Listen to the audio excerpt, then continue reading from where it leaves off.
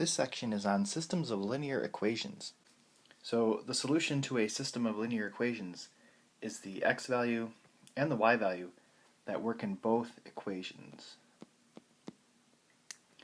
And we're going to be looking at 4 different methods for solving these systems. So I actually want to look at just one system of equations and then solve it by all 4 methods. So we should get the same answer every single time. Okay, so the substitution method, I like to really write this with colors. So I'm going to rewrite it with 2 different colors.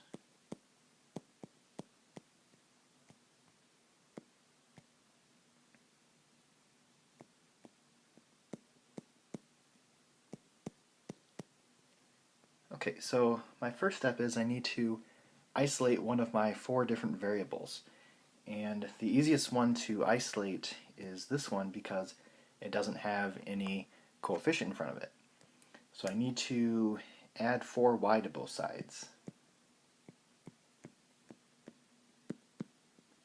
My next step is to substitute this into the other equation. So that's really where it gets the name substitution method. So I'm going to have my top equation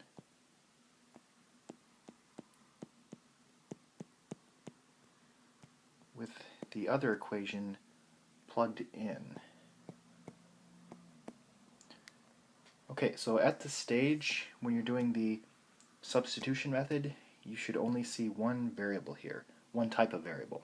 So you could see different colors if you're using different colors like me, but you should either see all y's or all x's. So if you see both x's and y's, then something's gone wrong. Okay, so I need to solve this.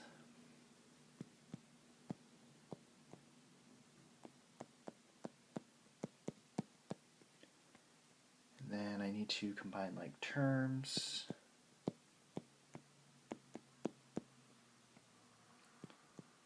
And then solve for y. Okay, so I have y is equal to 1. So then my last step is to get x. And I can plug in y into either one of the original equations or my equation that I've rearranged. And I'm actually going to plug it into the equation that I've rearranged because I'm solving for x.